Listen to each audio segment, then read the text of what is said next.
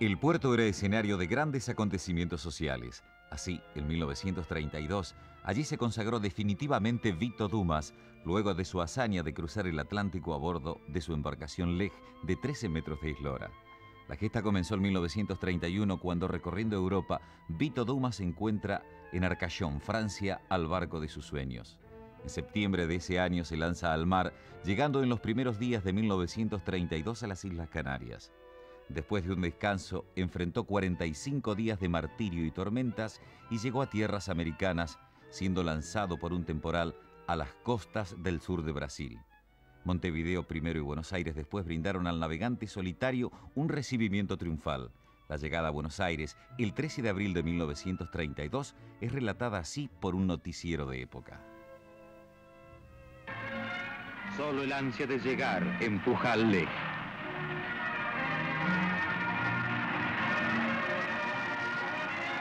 El 13 de abril de 1932, desde la madrugada, una impresionante multitud bajo una fina lluvia de ceniza espera la llegada del vencedor.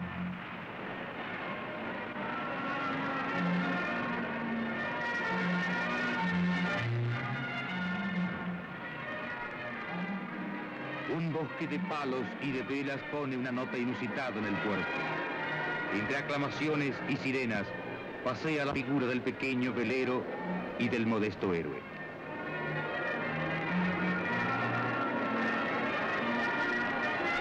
La proeza ha superado todos los cálculos.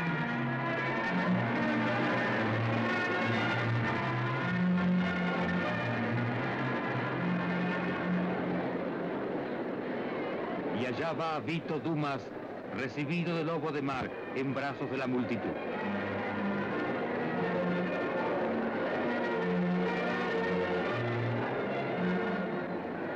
La ciudad tiene desde ese 13 de abril otro nombre para incorporar a la lista de sus auténticos ídolos: Vito Dumas.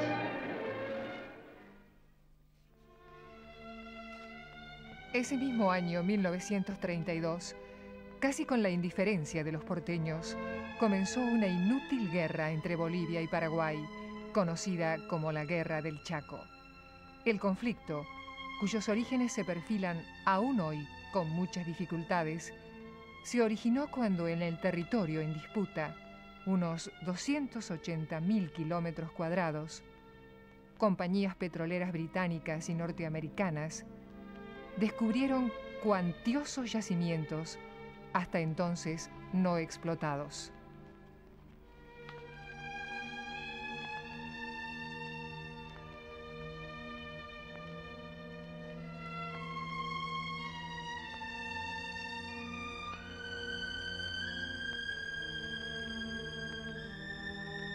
Millones de hectáreas fueron otorgadas en concesión a la Standard Oil de Nueva Jersey.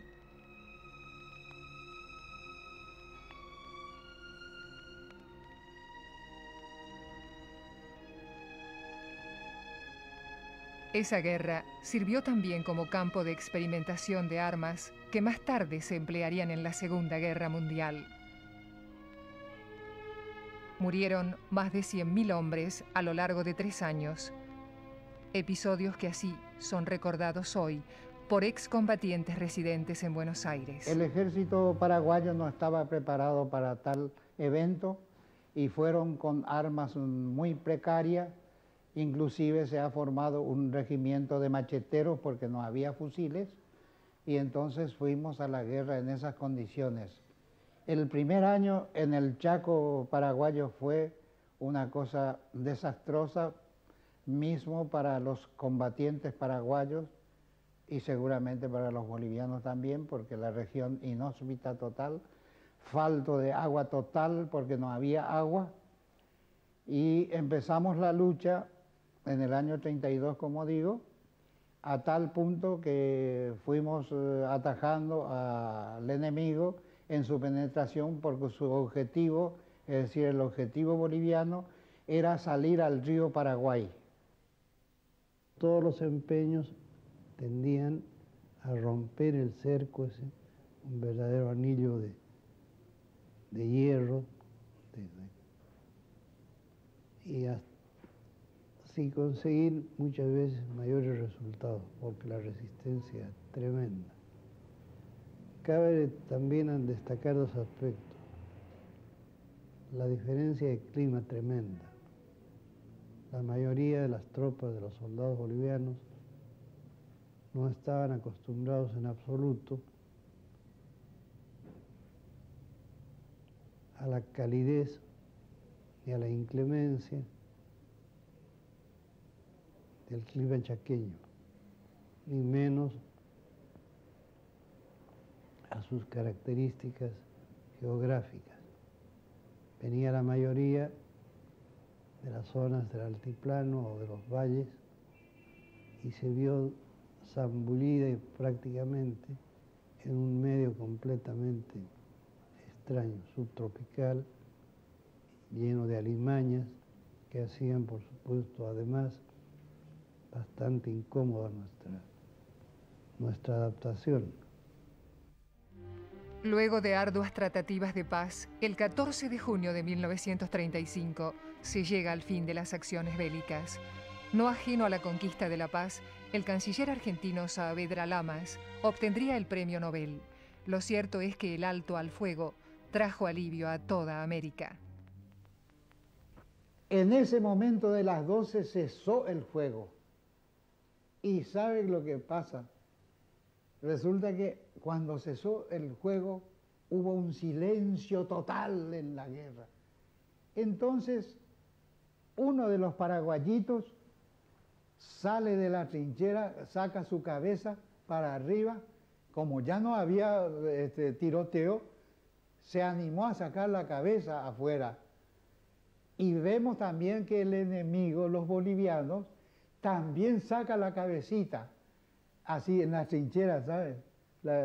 Y luego se animaron más y fue sacando el cuerpo, y así ellos también iban apareciendo los hombres hasta tal punto de que subimos encima de la trinchera, nosotros y ellos también, y después de un momento de pausa, de un momento angustioso sin saber qué hacer, nos faltó alguien que con la mano le hiciera vení, así, vení. Entonces también el enemigo dijo, sí, y ustedes también vengan. Y empezamos a caminar hacia la tierra de nadie, es decir, hacia los bolivianos y ellos hacia nosotros. Y distaba unos 500 metros más o menos de posición enemiga a posición paraguaya, y fuimos juntándonos, y cuando en el campo de nadie nos encontramos frente a frente con el enemigo, que luchamos 3 años y que nos matamos, donde hubo por parte boliviana 150.000 bajas y 30.000 paraguayos de baja. Ahí en ese momento, después de esa lucha tremenda de los 3 años, se nos ocurrió y nos abrazamos con los enemigos. Abrazamos, nos besamos. Yo recuerdo que yo como oficial tenía un revólver que se llamaba tanque, que era un revólver viejo. Y yo le paso de obsequio a un teniente también boliviano, y entonces el teniente boliviano, para no ser menos, también me regala su revólver. Es decir, hicimos un intercambio de revólveres, pero yo salí ganando porque su revólver era último modelo y el mío era un tanque viejo. Esto es como anécdota y para demostrar a la vez que todas las guerras es inútil. Y nosotros, por ejemplo, hoy en día, todos los paraguayos y los bolivianos somos hermanos, pero verdaderos hermanos. No nos acordamos más de esa guerra maldita, ¿no es cierto? Somos hermanos y es como nosotros nos encontramos acá en Buenos Aires, en todas partes, nos encontramos con esos que fueron nuestros enemigos de guerra y somos como viejos amigos. Al contrario, estamos más consustanciados con él, tal vez por aquel sufrimiento inaudito que hemos pasado en la época de la guerra. A las 7:20 de la tarde del 3 de julio de 1933, Muere el viejo caudillo radical Hipólito Yrigoyen. Tenía 82 años y su salud, minada por problemas respiratorios, se agravó por una fuerte bronconeumonía. Sus exequias constituyeron una expresión de dolor popular inédita en el país. El féretro, como diría Ricardo Rojas, parecía flotar sobre las olas humanas. La plaza del Congreso quedó tapada por la multitud. A pulso, llevado por el pueblo, el ataúd se balanceaba peligrosamente. Nunca hasta entonces tantas manos dijeron un mismo adiós. La frágil memoria de los argentinos, una vez más, olvidaba los silencios del 6 de septiembre. Era como si el viejo caudillo con su muerte señalara la debilidad de un pueblo que no supo ver, que no pudo ver a tiempo los peligros de la indiferencia, de la falta de participación y de protagonismo.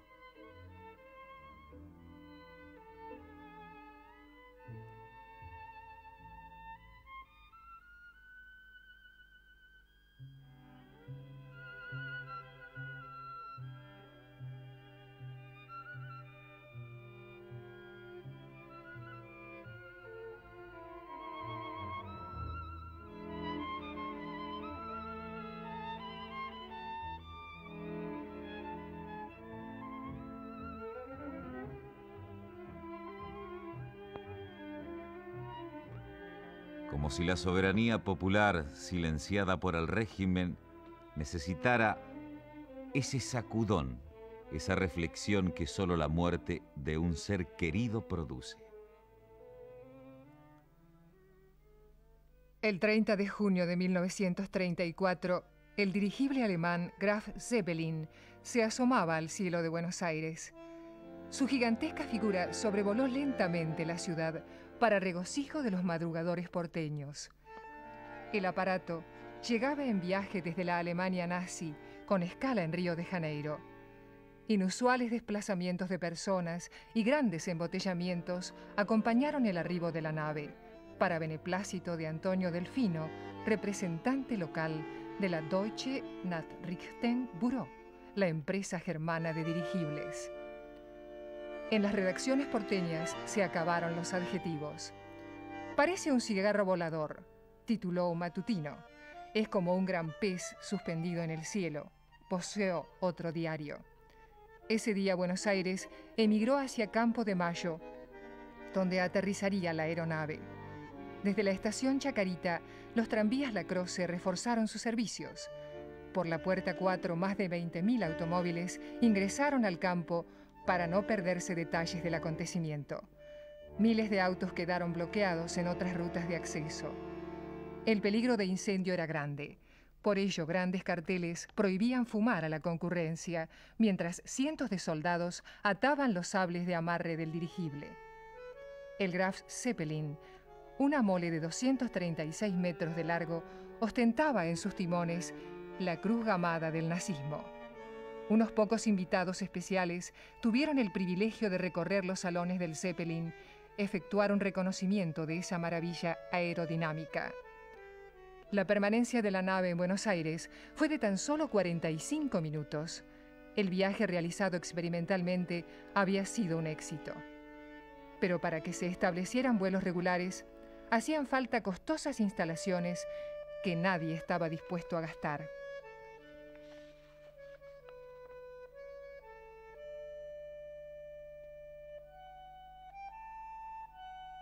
Por eso, las rutas comerciales de los dirigibles nunca alcanzaron a Buenos Aires. La era de los dirigibles duraría apenas 3 años más.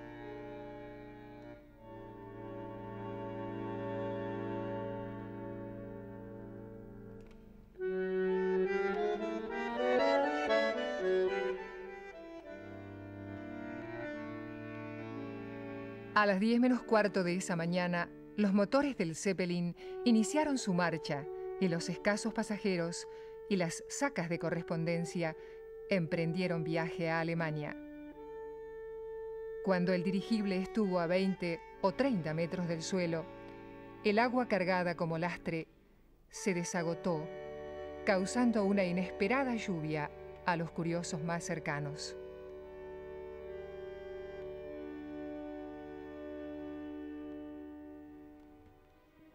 En 1937, en Nueva Jersey, Estados Unidos, el incendio y estallido del dirigible Hindenburg, como su secuela de 36 personas muertas, marcó la decadencia y final de una aventura aérea que había tenido a Buenos Aires como testigo.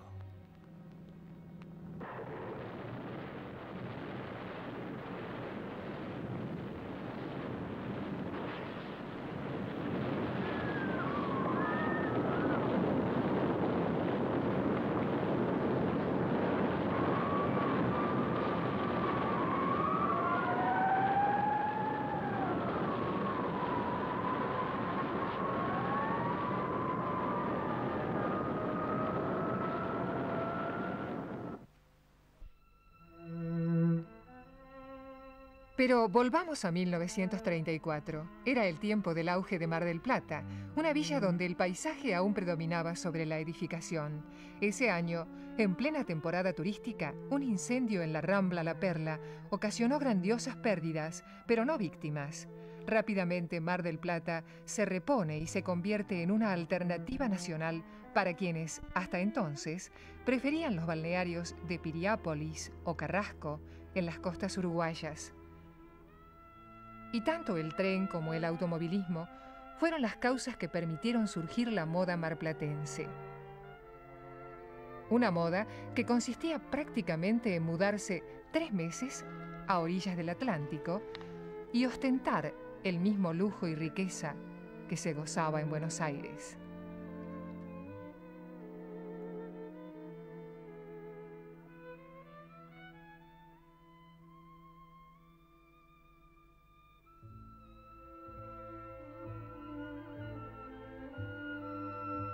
Nunca antes en la historia argentina se había producido un evento de tanta magnitud y que provocara semejante movilización popular como el Congreso Eucarístico Internacional, cuya sede fue la ciudad de Buenos Aires en octubre de 1934.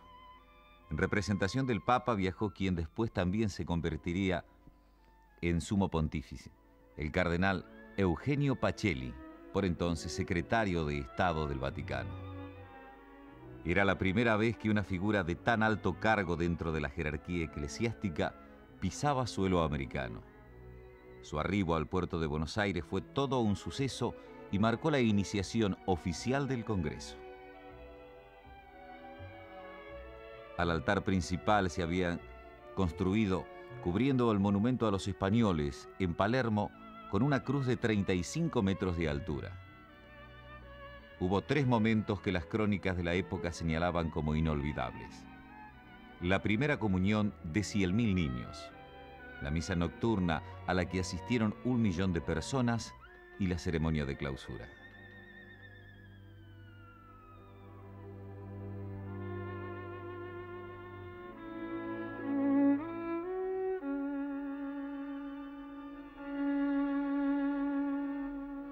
El actual obispo de Claypole, Monseñor Manuel Marengo, por entonces representante de la provincia de Santa Fe, explica los objetivos de aquel congreso. Se trataba de rendir un homenaje a la Eucaristía, que es naturalmente el sacramento por excelencia con el cual cuenta la Iglesia para su vida espiritual. Y eso era lo que se buscaba. Una remoción, un cambio fundamental en el quehacer espiritual de la Iglesia, comprendidos los obispos, sacerdotes y los fieles que participaron en este congreso. Y yo tengo la convicción, y esa la tuvieron después muchos otros obispos, que no ha habido ningún suceso, ningún acontecimiento de tanta trascendencia como este del Congreso Eucarístico Internacional del año 34. La gente se volcó a Buenos Aires como nunca. Es común ver acá gente del interior que acude para partidos de fútbol, otros acontecimientos allí, como tal vez pudo haber sido importante el Campeonato Mundial de Fútbol. Pero sin embargo, la gente que entonces vino, y particularmente diríamos la calidad de la gente que concurrió a Buenos Aires para este acontecimiento, fue de un tono muy especial. Es decir, venía con espíritu de fervor eucarístico, de amor a Jesucristo, presente en la Eucaristía, y por consiguiente traía un gran entusiasmo por la figura del Papa, naturalmente, que les subyugaba, pero fundamentalmente los que vinieron aquí vinieron por el fin de tributar un homenaje a Cristo presente en la Eucaristía.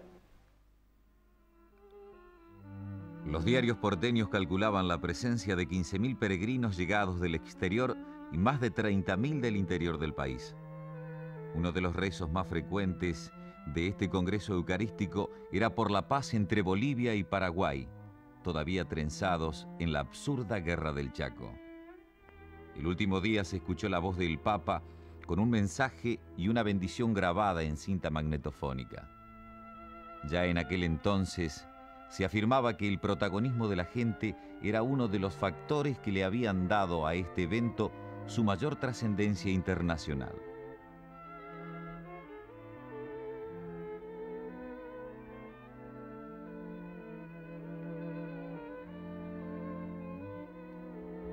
Lo cierto es que no se puede hacer ninguna reseña histórica de la época sin nombrar a este 34º Congreso Eucarístico Internacional que se clausura el 14 de octubre de 1934, pero que deja una huella que perduró por años en el espíritu de miles de fieles de Argentina.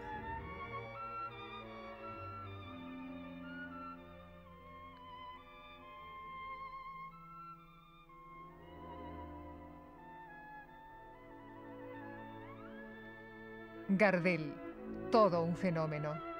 Un mito que creció en los 30 y los años se encargarían de inmortalizar. Un triunfador que paseó sus éxitos y su estampa por todos los escenarios.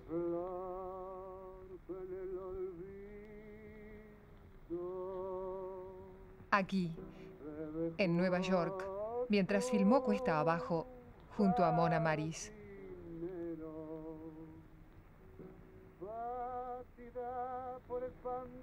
Un folletín cuyo único valor eran las canciones de Gardel y alguna trama romántica en torno a la bella Mona Maris.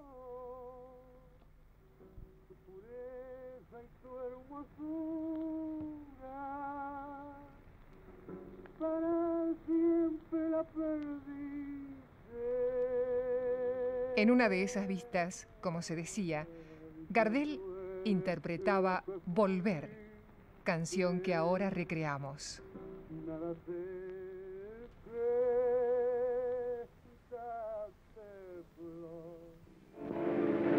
Suave vino el parpadeo de las luces que a lo lejos van marcando mi retorno. Son las mismas que alumbraron con sus pálidos reflejos hondas horas de dolor. Y aunque no quise el regreso, siempre se vuelve al primer amor. La vieja calle donde le codijo, tuya es su vida, tuyo es su querer.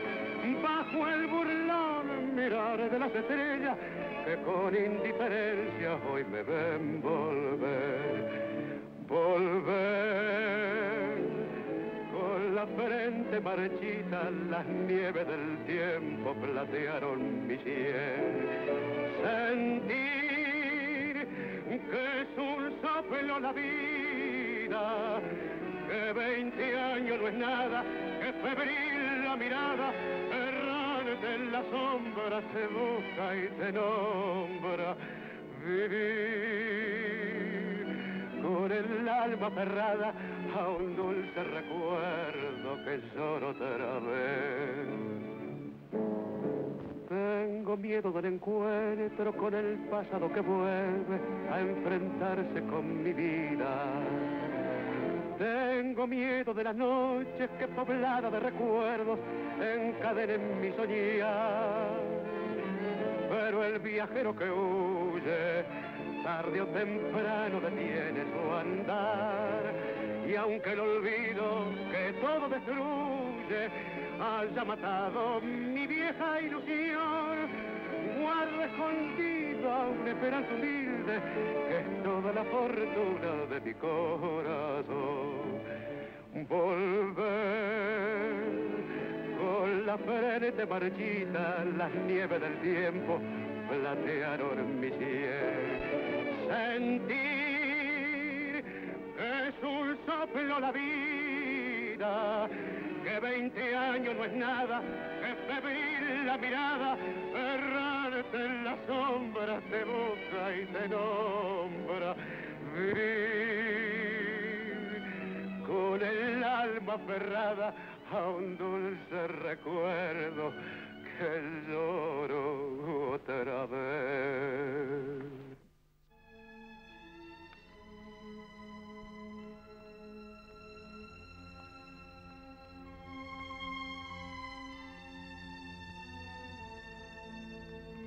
El 24 de junio de 1935, en el campo de aterrizaje de Olaya Herrera, Medellín, Colombia, muere Carlos Gardel. El avión en el que viajaba rumbo a Cali, un trimotor Ford F-31 de la Sociedad Aérea Colombiana, se estrella contra otra máquina mientras carreteaba para su despegue. Un camarógrafo de noticieros así alcanzó a registrar esta tragedia.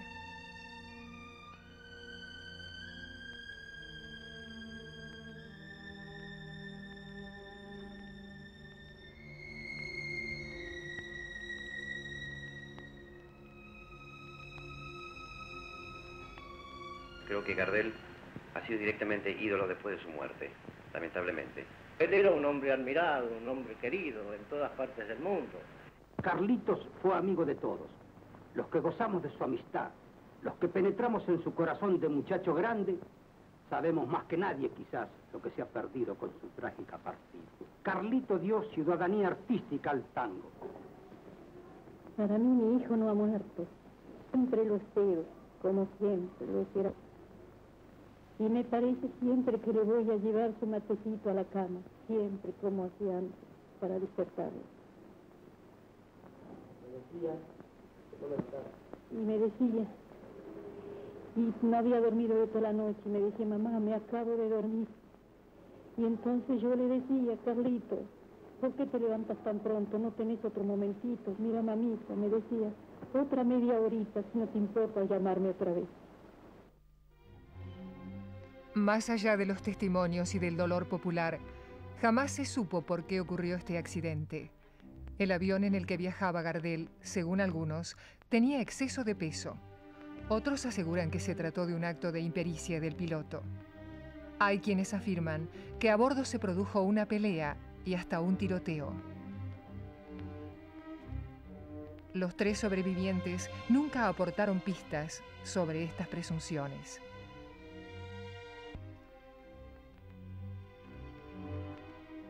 Un noticiero de la época así relataba la llegada de los restos de Gardel a Buenos Aires. Tal vez en su última hora la mano se crispó simulando arrancar un bordoneo a la guitarra. Tal vez por eso se llevó también a sus guitarristas Barbiere y Riverol. No podrían faltar sus bordoneos en la última serenata del Zorzal maravilloso.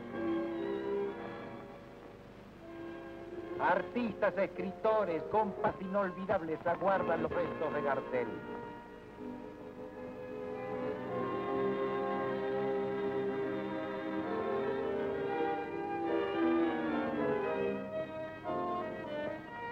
Leguizamo confunde su propia entre el dolor de los que están.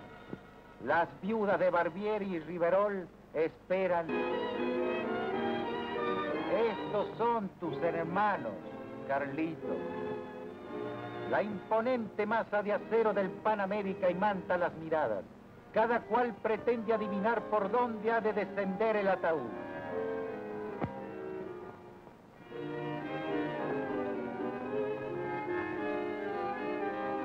Y de pronto un guinche extrae el corazón del barco que, despojado de su órgano vital, ni se mece siquiera.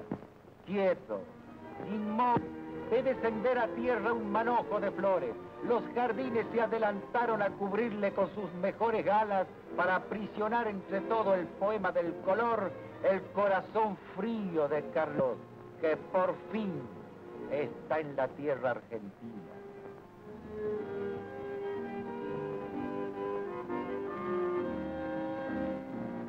Así te quiere este pueblo, a quien le diste toda la emoción de tu voz, de esa voz tan nuestra, tan argentina.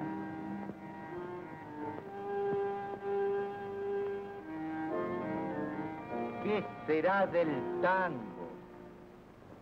¿Qué será del tango si el tango eras vos?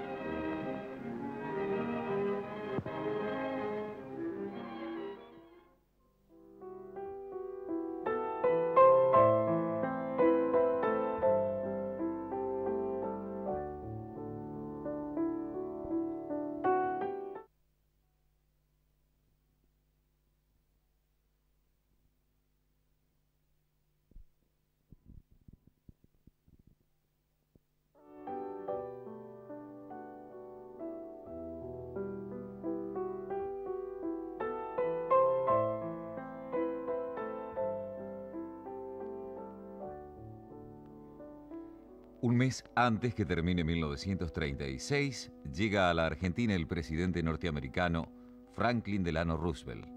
Lo hace en el marco de la Conferencia Panamericana de Consolidación de la Paz, a la que habían concurrido delegados de la totalidad de países del continente. Su discurso quedó así registrado. Desde el Palacio del Congreso, donde tiene efecto la sesión inaugural, la voz de Roosevelt es escuchada por todo el continente. No es esta una conferencia cuyas finalidades sean formar alianzas, dividir el botín de guerra, repartir naciones o tratar a los seres humanos como si fuesen piezas de un juego de azar.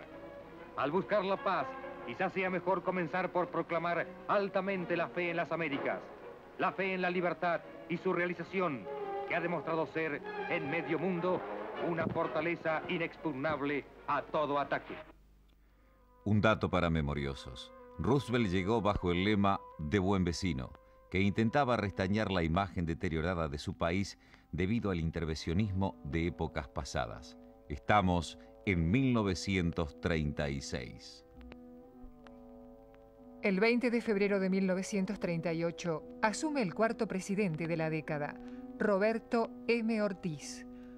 Hubo muchas expectativas de cambio en el país, pero la hipertensión arterial y la diabetes conspiraron, junto a los conspiradores, contra los proyectos que podrían haber cambiado el rumbo de la vida política de aquel entonces.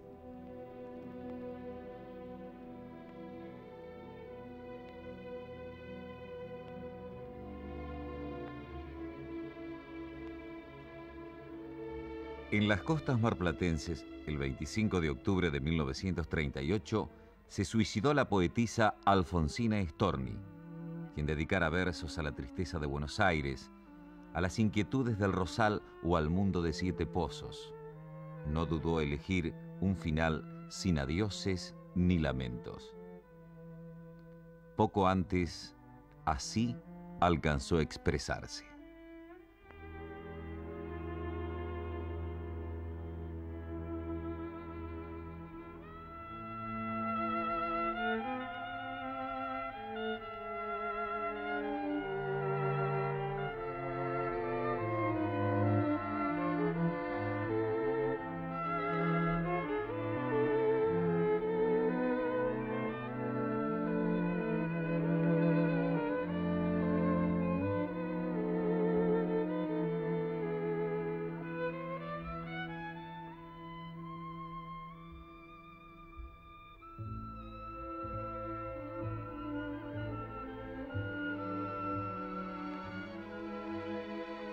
Pero el final de la década deparaba no solo a Argentina, sino a todo el mundo, un sacudón del que aún cuesta reponerse. La Segunda Guerra Mundial, que a poco de comenzada, trajo su secuela de violencia y muerte a las aguas del Río de la Plata. Allí libró su batalla final el acorazado alemán Admiral Graf Spee. El 1 de septiembre de 1939 se inició formalmente la guerra con la invasión alemana a Polonia. A partir de allí, ya no habría más paz en el mundo. El 13 de diciembre, la locura desatada por Hitler estalla frente a Punta del Este. El Graf Spee pasó así a formar parte de la historia argentina. Incluso muchos de sus tripulantes se radicaron, formaron familias y tuvieron hijos aquí.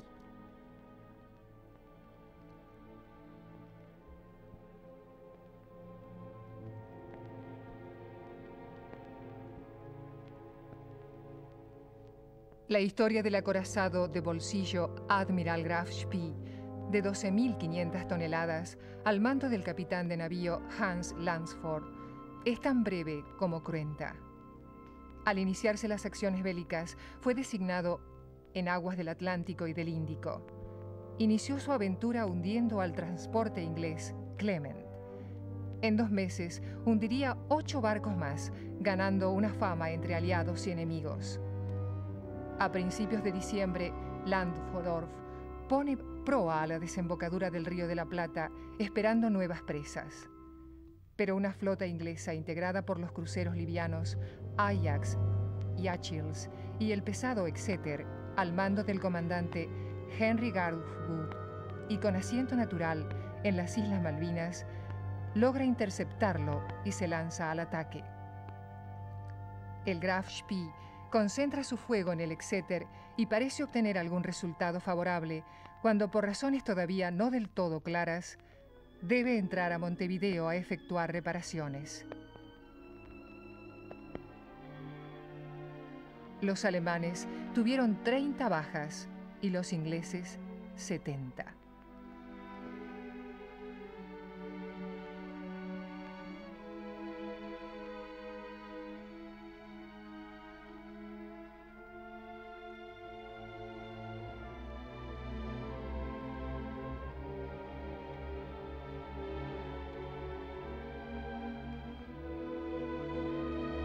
En el puerto de Montevideo, las autoridades no permitieron la estadía del crucero alemán por más de 72 horas. Aguas afuera, los barcos ingleses esperaban pacientemente. El capitán tomó entonces una secreta determinación. Vencido el plazo, salió aguas afuera del puerto y, haciendo abandonar el barco por la tripulación, hizo estallar explosivos hundiendo el barco para no darle ese honor al enemigo.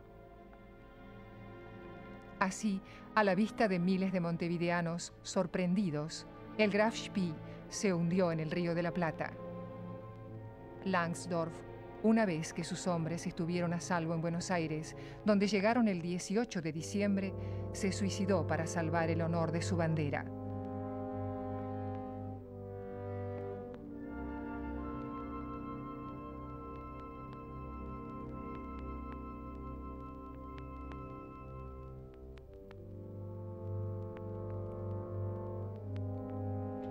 ...1930...